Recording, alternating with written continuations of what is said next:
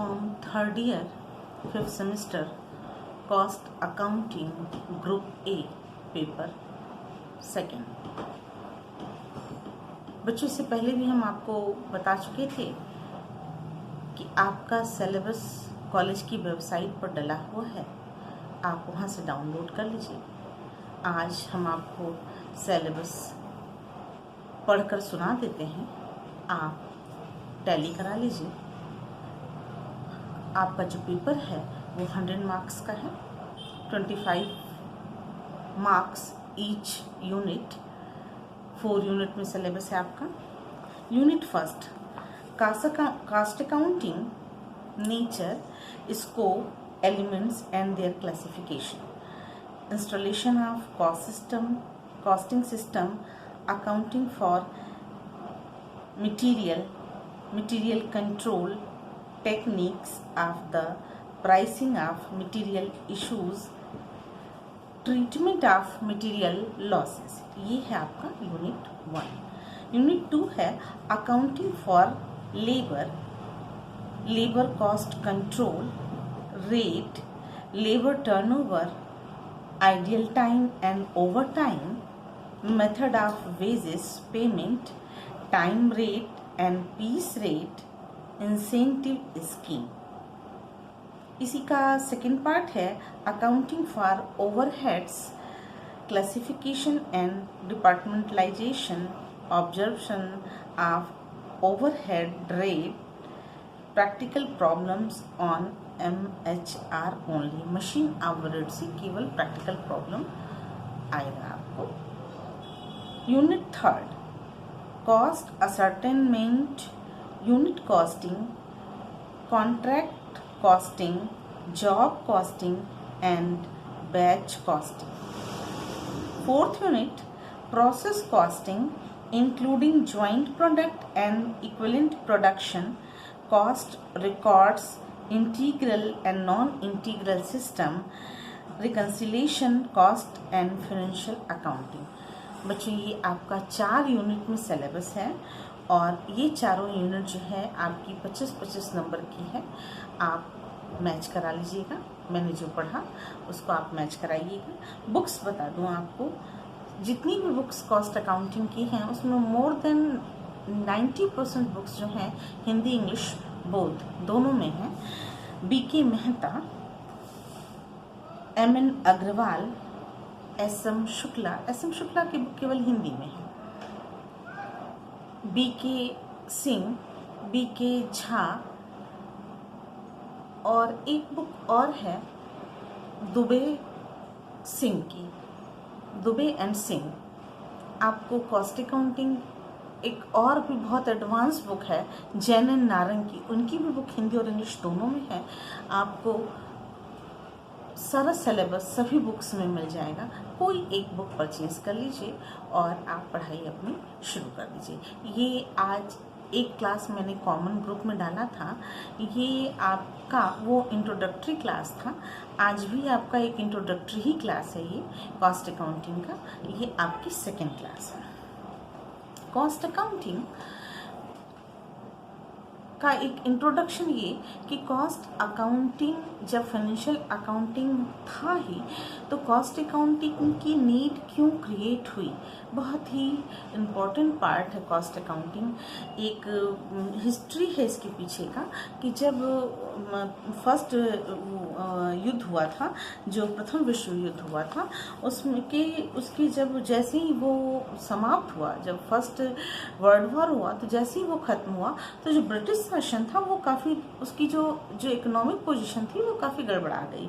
तो उस समय ये प्रॉब्लम क्रिएट हो गई कि जो हमारी इंडस्ट्रीज शुरू की जा रही हैं उनमें उनकी फाइनेंशियल पोजीशन तो पता चल गई, लेकिन ईच डिपार्टमेंट के थ्रू क्या प्रॉफिट क्या लॉस, किस डिपार्टमेंट, एक कंपनी के कई डिपार्टमेंट हैं और कई डिपार्टमेंट से किस डिपार्टमेंट से लॉस हो रहा है, किस डिपार्टमेंट से प्रॉफिट हो रहा है, ये बड़ा मुश्किल काम हो गया। क्योंकि फाइनेंशियल अकाउंटिंग की कुछ लैकनेस है, कुछ कमियां हैं जो कि पॉसिबल नहीं है कि उनको शॉर्ट आउट किया जा सके बिना किसी दूसरे अकाउंटिंग के हेल्प के। तो वहीं से कॉस्ट अकाउंटिंग का जन्म हुआ। अब जब जो कॉस्ट था, एक डिपार्टमेंट का में मैन मटेरियल मशीन तीनों चीज़ लगी है और तीनों चीज़ बहुत क्वालिटीफुल है, लेकिन कौन सी ऐसी चीज़ थी कि जिसके कारण की कॉस्ट मैक्सिमाइज हुआ। कुछ दूसरे डिपार्टमेंट ऐसे जिनका कि मैन मटेरियल तो सही था लेकिन मशीन क्वालिटीफुल नहीं था, मैनुअल मशीन था, not automatic, not a good machine, but profit जो है ज़्यादा हुई। तो अब एक ही कंपनी के दो फर्म और दो डिपार्टमेंट से अगर कंपेयर किया जाता है तो निश्चित तौर पे उस कंपैरिजन के लिए हम एवरी ईच कॉस्ट को कैलकुलेट करते हैं। मैंने आपसे कहा कि तीनों चीज़, मैन मटेरियल मशीन, तीनों चीज़ प्रॉफिटेबल था, बहुत ही क्वालिटीफुल था, बहुत ही अच्छा था, लेकिन फिर भी प्रॉफिट कम हुई। तो कहीं ना कहीं उसमें एडमिनिस्ट्रेटर जो है वो क्वालिटीफुल नहीं था, मैनेजमेंट क्वालिटीफुल नहीं था। इसी वजह से जब मैनेजमेंट क्वालिटीफुल नहीं होता है तो निश्चित रूप से कहीं ना कहीं चीज़ें जो है लैक होती हैं, कॉस्ट इंक्रीज करता है, मैक्सिमम होता है, प्रॉफिट मिनिमम होती है। ऐसे सिचुएशन को दूर करने के लिए और फाइनेंशियल बच्चों भी हम आपको नोट कराते हैं कि फाइनेंशियल अकाउंटिंग की जो कुछ कमियां थी, कुछ ड्रॉबैक्स थे फाइनेंशियल अकाउंटिंग के, उनकी वजह से या कह लीजिए कि फाइनेंशियल अकाउंटिंग के लिमिटेशन के कारण कॉस्ट अकाउंटिंग क्रिएट हुआ। कॉस्ट बिना जाने एक कोई भी छोटा व्यवसायी हो, बड़ा व्यवसायी हो, एक पान विक्रेता हो, चाहे वो हीरे का विक्रेता हो, लेकिन दोनों, चाहे वो डायमंड सेल करता हो, चाहे वो पान सेल करता हो, 5 रुपए का पान सेल करता हो, चाहे 5 अरब रुपए का वो हीरा सेल करता हो, लेकिन दोनों पर्सन को अपने एवरी ईच प्रोडक्ट की वैल्यू का, कॉस्ट का पता होना चाहिए। जब तक कॉस्ट का कैलकुलेशन नहीं किया जाएगा तब तक प्रॉफिट को कैलकुलेट करना एक मुश्किल और टफ टास्क है। तो जो फाइनेंशियल अकाउंटिंग की लैकनेस थी, ड्रॉबैक्स थे, जो लिमिटेशंस थे, उनके कारण कॉस्ट अकाउंटिंग ओरिजिनेट हुआ। कुछ पॉइंट्स हैं, आप नोट कर लीजिए। जैसे है लैक ऑफ हेडिंग बनाइए पहले, limitations and shortcoming of financial accounting, वित्तीय लेखांकन की सीमाएं एवं कमियां जिनके कारण कि कॉस्ट अकाउंटिंग ओरिजिनेट हुआ। कॉस्ट अकाउंटिंग इज बॉर्न, ठीक है, कॉस्ट अकाउंटिंग हैज बॉर्न, जन्म हुआ कॉस्ट अकाउंटिंग का। Lack of material control, financial accounting में जो मटेरियल कंट्रोल पावर है, मटेरियल कंट्रोल पावर, एक एग्जाम्पल और दे दूं, मैं हमेशा आटे का एग्जाम्पल लेती हूँ कि पहले जब आप अपने छोटे बच्चे हैं, आप अभी आटा सानना शुरू किया आपने, तो आटा ज़्यादा लिया आपने, मतलब 1 कटोरी आटा, और उसके अकॉर्डिंग आपको मदर ने आपके पानी दे दिया कि इतने आटे में इतना पानी पड़ता है। आप इकट्ठे पानी डाल दिए, निश्चित रूप से आटा गीला हो गया, फिर आपने पानी लिया, ज़्यादा पड़ गया, फिर आप आटा लेंगे, तो मटेरियल कहीं ना कहीं वेस्ट हो रहा है। 1 दिन का आटा 5 दिन का आटा 1 ही दिन सन गया, तो मटेरियल वेस्ट हुआ। तो मटेरियल को कंट्रोल करना चाहिए। फर्स्ट पॉइंट है मटेरियल कंट्रोल, जो कि फाइनेंशियल अकाउंटिंग में कंट्रोल नहीं हो सकता है। जब भी ये कंट्रोल होगा तो कॉस्ट अकाउंटिंग से कंट्रोल होगा। Next, lack of cost control, लागत नियंत्रण का अभाव। लागत नियंत्रण का अभाव, हमको मान लीजिए कि 4 मजदूर की जरूरत है, 4 लेबर की जरूरत है, और लेबर जो है हमने 5 रख लिया, तो कॉस्ट हमारा इंक्रीज किया, क्योंकि एक लेबर को एक्स्ट्रा एडिशनल हम उससे काम नहीं ले पा रहे हैं और उसको एडिशनल पेमेंट दे रहे हैं, तो निश्चित रूप से हमारा कॉस्ट यहाँ पे इंक्रीज किया। थर्ड पॉइंट है lack of classification and analysis of expenses, व्ययों के वर्गीकरण तथा विश्लेषण।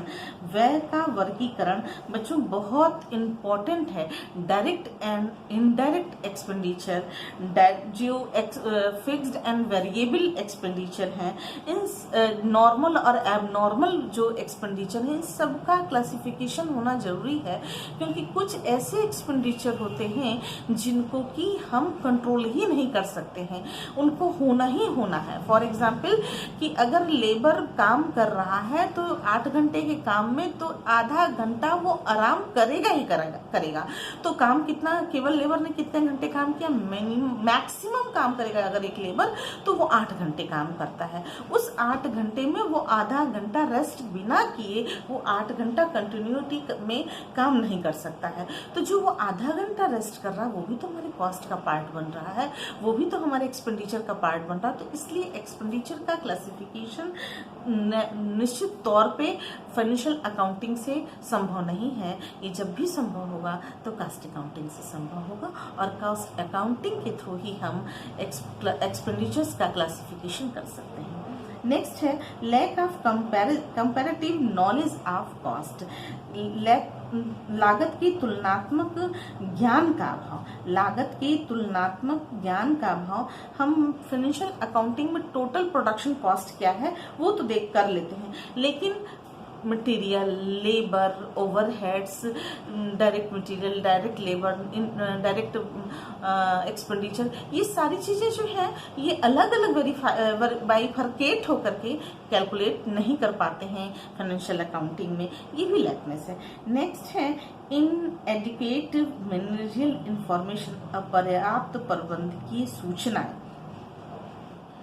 एक लेबर से लेकर, जो एकदम लेमैन है, एक लेबर से लेकर के और जो डायरेक्टर है, जो मैनेजर है, उसके बीच में जो कम्युनिकेशन गैप है उसका भी कहीं ना कहीं हमारे फाइनेंशियल अकाउंटिंग में कहीं भी उसका जिक्र नहीं होता, लेकिन कॉस्ट अकाउंटिंग में तुरंत जिक्र होता है। एक मैनेजर तुरंत इन्फॉर्म करता है लेबर को कि तुम्हें ये काम करना है, इस काम के लिए तुमको इस काम के लिए तुम इस तरीके से रिस्पॉन्सिबल हो, सारा इन्फॉर्मेशन वो देता। तो कहीं ना कहीं फाइनेंशियल अकाउंटिंग में इसकी लैकनेस होती है। नेक्स्ट पॉइंट है इनएडिक्वेट knowledge of profit and loss. Financial accounting केवल ये बताता है कि कितना लॉस हुआ और कितना प्रॉफिट हुआ, लेकिन किसकी वजह से लॉस हुआ, किसकी वजह से प्रॉफिट हुआ, कौन से वो हेड्स थे जिनकी वजह से प्रॉफिट हो रहा है कंपनी को, कौन से वो डिपार्टमेंट थे, एक इंडस्ट्री के वो कौन कौन से फर्म्स थे जिनकी वजह से प्रॉफिट हो रहा है, जिनकी वजह से लॉस हो रहा है, वो सारा कुछ इन्फॉर्म करता है कॉस्ट अकाउंटिंग। फाइनेंशियल अकाउंटिंग में इसका कहीं भी जिक्र नहीं होता है। नेक्स्ट पॉइंट है difficult in taking decision to change in the production.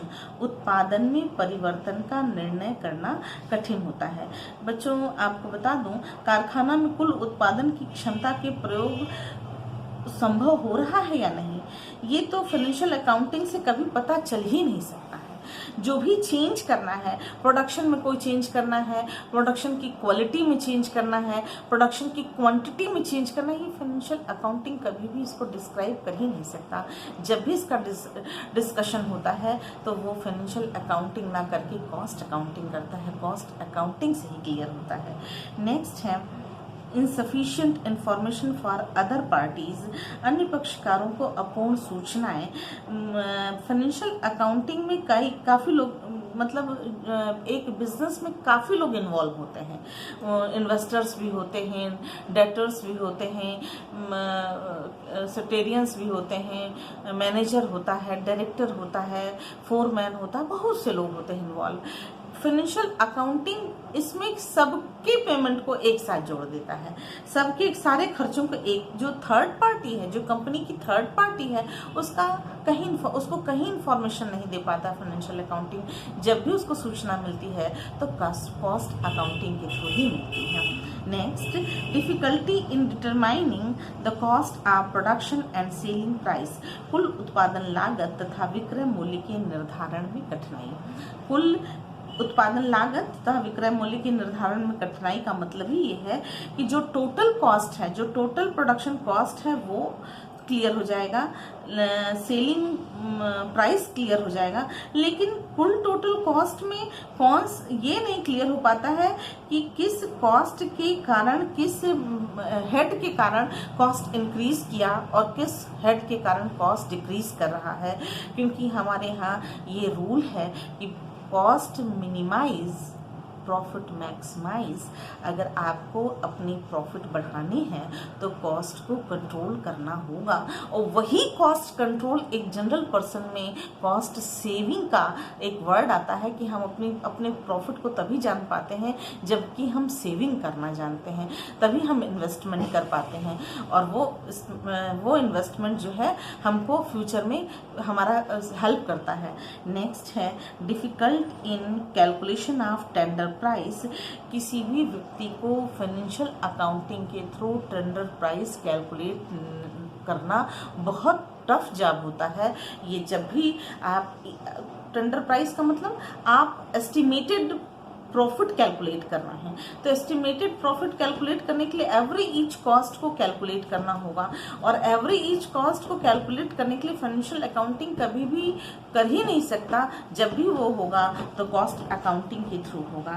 बच्चों ये आपका ये लैकनेस थी, और ये कॉस्ट अकाउंटिंग का जो हमारा इंडियन सिनेरियो है उसमें कॉस्ट अकाउंटिंग का जन्म जो है वो 1944 में हुआ। 1944 में Indian institute of cost and works accounts के इस्टेब्लिशमेंट के साथ हुआ, और इसका जो मेन ऑब्जेक्ट था वो यही था कि कॉस्ट अकाउंटिंग जो है उससे हमारे यहाँ इंडस्ट्री डेवलप हो, इंडस्ट्रियल डेवलपमेंट हो, और वो हुआ भी। और आज जो आप देख रहे हैं कि हर चीज़ में बच्चा जानता है, आपने अमेज़ॉन का नाम सुना होगा, फ्लिपकार्ट, आप तुरंत क्या देखते हैं कि उसमें हमारे उसको कितने स्टार मिले हुए हैं, आप तुरंत समझ जाते हैं स्टार का मतलब कि वो कितना उसका कितना विक्रय हुआ, कितने लोग उसको पसंद करते हैं। तो ये सारा कुछ आप कॉस्ट अकाउंटिंग से ही कैलकुलेट करते हैं। कॉस्ट अकाउंटिंग का डेफिनेशन 2-4 मैं आपको बता दे रही हूँ। वॉल्टर डब्ल्यू बिग के थ्रू कॉस्ट अकाउंटिंग, बच्चों नोट कर लीजिएगा, कॉस्ट अकाउंटिंग का definition Walter W big. Cost accounting is the provision of such analysis and classification of expenditure as will enable the total cost of any particular unit of production to be ascertained with the reasonable degree of accuracy, and at the same time disclose exactly how such total cost is constituted। लागत लेखांकन व्ययों का एक ऐसा विश्लेषण एवं वर्गीकरण है जिससे कि उत्पादन की किसी विशेष इकाई की कुल लागत शुद्धता पूर्वक ज्ञात हो सके, और साथ ही साथ यह भी ज्ञात किया जा सके कि कुल लागत किस प्रकार हुई है। एक डेफिनेशन और लिखा दूं आपको बच्चों, हेरोल्ड जे वेल्डन, स्पेलिंग लिख लीजिए, HAROLD, हेरोल्ड, JWHELDON, वेल्डन की डेफिनेशन है costing is a classifying, recording and appropriate allocation of expenditure for the determination of the cost of products or service, and for the presentation of suitable arranged data for the purpose of control and guidance of management. It includes the ascertainment of the cost of every order, job, contract, process, service or unit as may be appropriate. It deals with the cost of production, selling and distribution. लागत लेखांकन का आशय उत्पादित वस्तुओं या सेवाओं की लागत निश्चित करने और प्रशासकों के मार्गदर्शन एवं उनके प्रबंध कार्य की सुविधा की दृष्टि से समुचित एवं व्यवस्थित आंकड़े प्रस्तुत करने हेतु व्ययों का वर्गीकरण, लेखा और उपयुक्त बंटवारा करने से है। यह प्रत्येक आदेश, कार्य, प्रसंविदा, विधि, सेवा या इकाई की लागत निश्चित करती है। यह उत्पादन, बिक्री, वितरण की लागतों को बताती है। The Institute of Cost and Management Accountant of England ने 1974 में एक बुलेटिन पब्लिश किया। उसमें उन्होंने कॉस्ट अकाउंटिंग के 3 फॉर्म प्रेजेंट किए। एक फॉर्म था cost accountancy, costing and cost accountancy. एक है कॉस्ट अकाउंटेंसी, दूसरा है कॉस्टिंग और थर्ड पॉइंट उन्होंने किया कॉस्ट अकाउंटिंग। कॉस्ट अकाउंटेंसी जो है वो कॉस्ट को कंट्रोल करने और प्रॉफिट के डिटर्मिनेशन के लिए उन्होंने उसको एक प्रिंसिपल के फॉर्म में प्रेजेंट किया। फिर कॉस्टिंग जो है वो कॉस्ट को पता करने के लिए, कॉस्ट को पता करने के टेक्निक्स एंड प्रोसेस के फॉर्म में प्रेजेंट किया। और कॉस्ट अकाउंटिंग को प्रेजेंट किया कि जो हमारे स्टैंडर्ड थे, जो हमारे स्टैंडर्ड बनाए गए थे अकॉर्डिंग टू उसके चीज़ें चल रही हैं कि नहीं। जो हम कहने का मतलब कि जो हम एक कंपनी अपना एक टारगेट डिसाइड करती है, वो टारगेट उस कंपनी का स्टैंडर्ड होता है, स्टैंडर्ड कॉस्ट होता है। उसमें वो रखती है कि इतने रुपए का ये आएगा, उतने रुपए का ये आएगा, इतने इस पे इतना खर्चा, उस पर उतना खर्चा, वो पूरा एक टारगेट तैयार करती है। और उसके अकॉर्डिंग जो वर्किंग फंक्शन जो चल रहा है वो उसका एक्चुअल टारगेट होता है। तो जो स्टैंडर्ड टारगेट था और वो एक्चुअल टारगेट जो है, उन दोनों के बीच में जो कंपैरिजन होता है या जितना भी चीज आता है, सब कुछ मैन मटेरियल, लेबर से लेकर के, वो सारा कॉस्ट अकाउंटिंग के थ्रू आता। तो 3 चीजें उन्होंने प्रेजेंट किया। एक प्रेजेंट किया कॉस्ट अकाउंटेंसी, जिसको लागत लेखा शास्त्र कहते हैं। उसमें सारे प्रिंसिपल आए, टेक्निक्स आए, सब कुछ आया।